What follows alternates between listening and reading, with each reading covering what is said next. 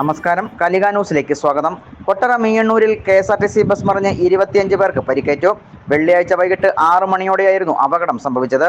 കൊല്ലത്ത് നിന്നും കുളത്തൂപ്പുഴയ്ക്ക് പോവുകയായിരുന്ന ബസ് മീയണ്ണൂർ ജംഗ്ഷന് സമീപം പാതയ്ക്ക് കുറുകെ മറിയുകയായിരുന്നു. വളവും കുഴിയുമുള്ള ഭാഗത്താണ് ബസ് മറിഞ്ഞത്. 40ഓളം യാത്രക്കാരാണ് ബസ്സിൽ ഉണ്ടായിരുന്നത്. പരിക്കേറ്റവരെ നാട്ടുകാരും സ്ഥലത്തെത്തിയ പോലീസും ചേർന്ന് ഉടൻ തന്നെ മീയണ്ണൂരിലെ സ്വകാര്യ ആശുപത്രിയിൽ പ്രവേശിപ്പിച്ചു.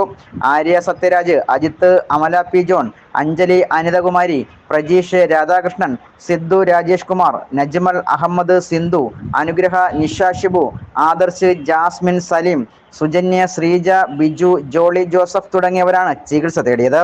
സാരമായി പരിക്കേറ്റ ജലജയെ തീവ്ര പരിചരണ വിഭാഗത്തിൽ പ്രവേശിപ്പിച്ചു.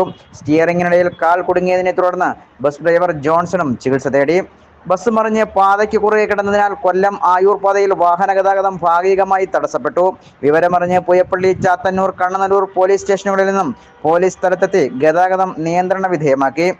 ബസിന്റെ അമിത വേഗമാകാം അപകട കാരണമായതെന്നാണ് പുയപ്പള്ളി പോലീസ് അറിയിക്കുന്നത്.